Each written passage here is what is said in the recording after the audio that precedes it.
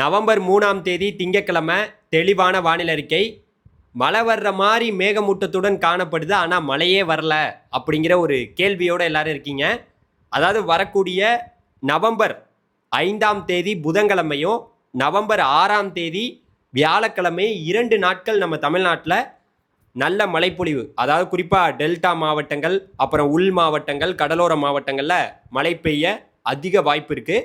அது மட்டும் இல்லாமல் நவம்பர் 18, 19, 20 தேதிகளில் ஒரு தாழ்வு நிலை இலங்கைக்கு நெருக்கமாக வந்து நமக்கு நல்ல மழைப்பொழிவை கொடுக்க போகுது. இதுதான் வந்து பார்த்திங்கன்னா இந்த வீடியோவில் தெளிவாக பார்க்க போகிறோம்.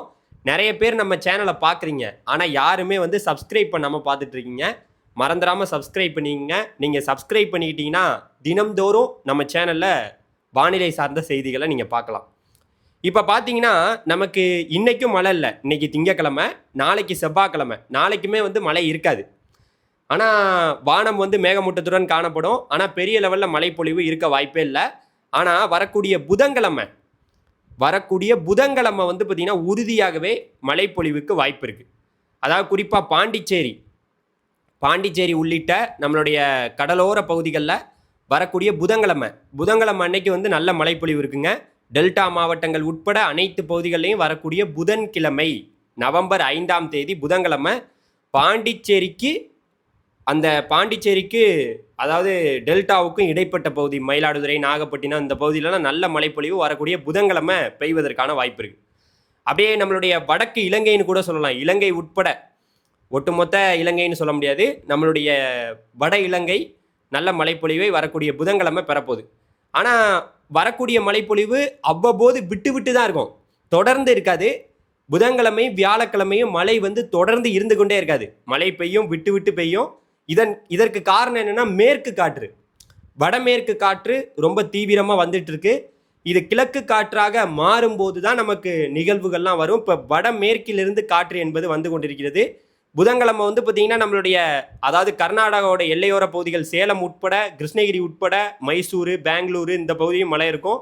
டெல்டா மாவட்டங்களையும் மழை இருக்கும். எப்போ புதன்கிழமை நல்ல மழைப்பொழிவுக்கு வாய்ப்பு இருக்குது. புதன்கிழமை இரவு நேரங்களில் டெல்டா மாவட்டத்தில் நல்ல மழைப்பொழிவு இருக்கும். அதாவது புதன்கிழமை இரவு நேரத்தில்.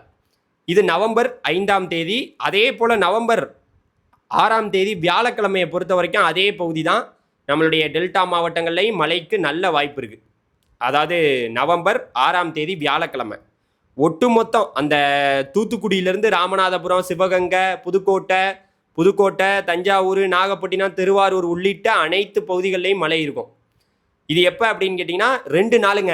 புதன்கிழமை வியாழக்கிழமை நவம்பர் 5ஆம் தேதியும் நவம்பர் 6ஆம் தேதியும் இந்த 2 நாள் நல்ல மழைப்பொழிவுக்கு வாய்ப்பு இருக்குது. அது வந்து நான் இலங்கைக்கும் அப்படி தான் சொல்கிறேன். இலங்கையை பொறுத்த வரைக்கும் இலங்கைக்கு புதன்கிழமை வந்து பார்த்திங்கன்னா அதாவது பெரிய லெவலில் மழை இல்லைனாலும் வியாழக்கிழமை நல்ல மழை இருக்கும். அதாவது வட இலங்கையில் புதன்கிழமையும், அதாவது ஒட்டுமொத்த இலங்கையில் வந்து பார்த்திங்கன்னா வியாழக்கிழமையும் நவம்பர் 6ஆம் தேதியும் 5ஆம் தேதிக்கும் நல்ல மழைப்பொழிவுக்கு வாய்ப்பு இருக்குது. இதுதான் வந்து பார்த்திங்கன்னா வானிலை படங்கள் காட்டக்கூடிய செய்தி. பொறுத்திருந்து பார்க்கலாம். 2 நாளைக்கும் மழை இருக்குது அப்படிங்கிறத இந்த நேரத்தில் அழுத்தம் திருத்தமாக தெரிவிச்சுக்கிறேன். அதே வேளையில் இன்னைக்கு வந்து பார்த்திங்கன்னா நவம்பர் 3ஆம் தேதி நம்மளுடைய சென்னை வானிலை ஆய்வு மையத்திலேருந்து வந்திருக்கக்கூடிய வானிலை தகவலை பார்க்கும்போது கடந்த 24 மணி நேரத்தில் ராணிப்பேட்டை மாவட்டம் கலவை அப்படிங்கிற பகுதியில் 3 சென்டிமீட்டர் மழை பதிவாயிருக்கு. அதே போல் திருவண்ணாமலை மாவட்டம், அதே போல் பல பகுதிகள் இந்த பகுதியில் தான் மழை பெஞ்சிருக்கு. ஒட்டுமொத்தமாக அவங்க சொல்லியிருக்கக்கூடிய செய்தியை பார்க்கும்போது நேற்று 2ஆம் தேதி மத்திய கிழக்கு வங்கக்கடல் மற்றும் அதனை ஒட்டிய மியான்மர் கடலோர பகுதிகளில் நிலவிய காற்றழுத்த தாழ்வு பகுதி இன்று 3ஆம் தேதி காலை 8:30 மணி அளவில் அதே பகுதியில் நிலவுகிறது. அது மட்டும் இல்லாமல் இது அடுத்த 24 மணி நேரத்தில் வடமேற்கு திசையில் நகர்ந்து மியான்மர், பங்களாதேஷை அந்த கடற்கரையை நோக்கி நகரக்கூடும் சொல்லியிருக்காங்க. இது வந்து அங்கே நம்ம முன்னாடி சொன்னோம், அது அப்படியே அந்த பக்கம் போகுது, நமக்கு பாதிப்பு கிடையாது. நேற்று 2ஆம் தேதி வடகிழக்கு அரபிக்கடல் மற்றும் அதனை ஒட்டிய பகுதியில் நிலவிய காற்றழுத்த தாழ்வு பகுதி 3ஆம் தேதி இன்னைக்கு காலையில் 5:30 மணி அளவில் வலுவிழந்தது. அந்த பக்கம் அரபிக்கடலில் உள்ள நிகழ்வு வலுவிழந்துருச்சு. இப்போ நமக்கு 3ஆம் தேதி இன்னையிலேருந்து 9ஆம் தேதி வரைக்கும் மிதமான மழை தான் பெய்யும்ட்டு நம்மளுடைய சென்னை வானிலை ஆய்வு மையம் சொல்லியிருக்காங்க. கனமழையோ எதுவுமே வாய்ப்பு இல்லை.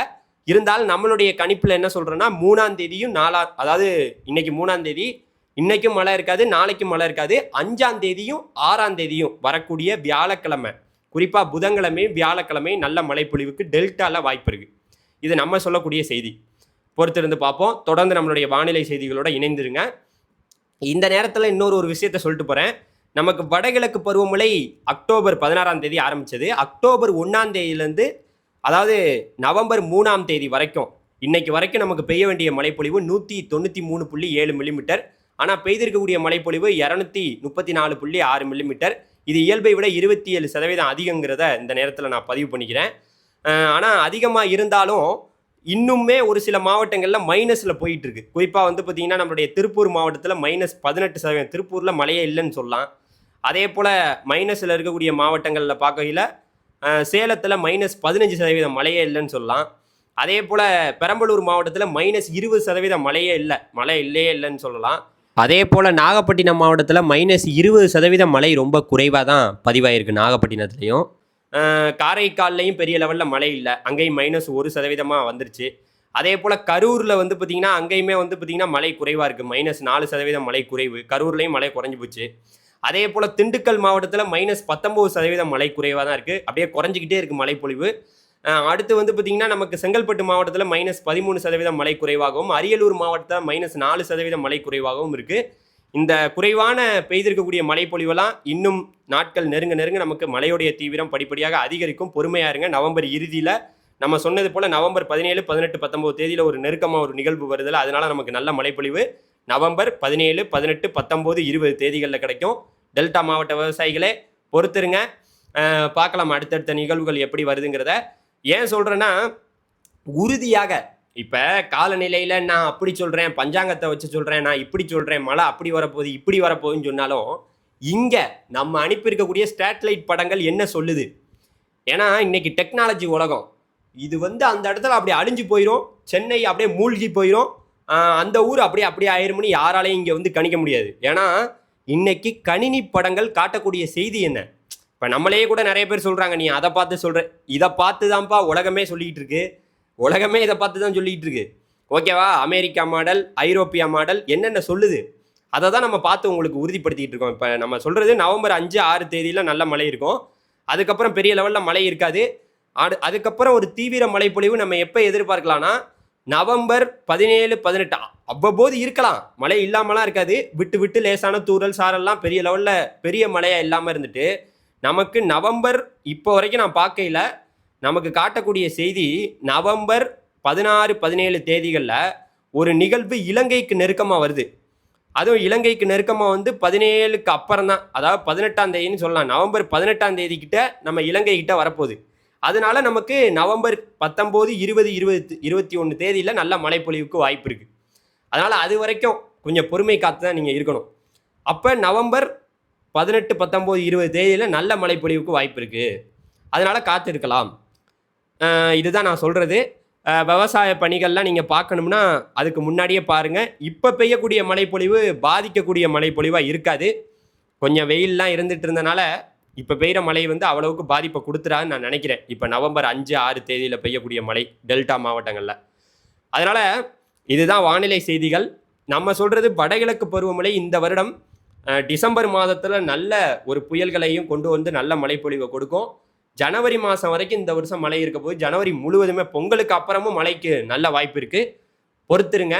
தொடர்ந்து நம்ம சேனலோட இணைந்துருங்க. நம்ம வாட்ஸ்அப் குரூப் லிங்க் டிஸ்கிரிப்ஷனில் இருக்குது, அதில் ஜாயின் பண்ணிக்கோங்க. தினம்தோறும் நீங்கள் வீடியோக்களை பார்த்து எல்லா செய்திகளையும் தெரிஞ்சுக்கலாம். அடுத்த ஒரு வீடியோவில் சந்திக்கிறேன். நன்றி, வணக்கம். நன்றி.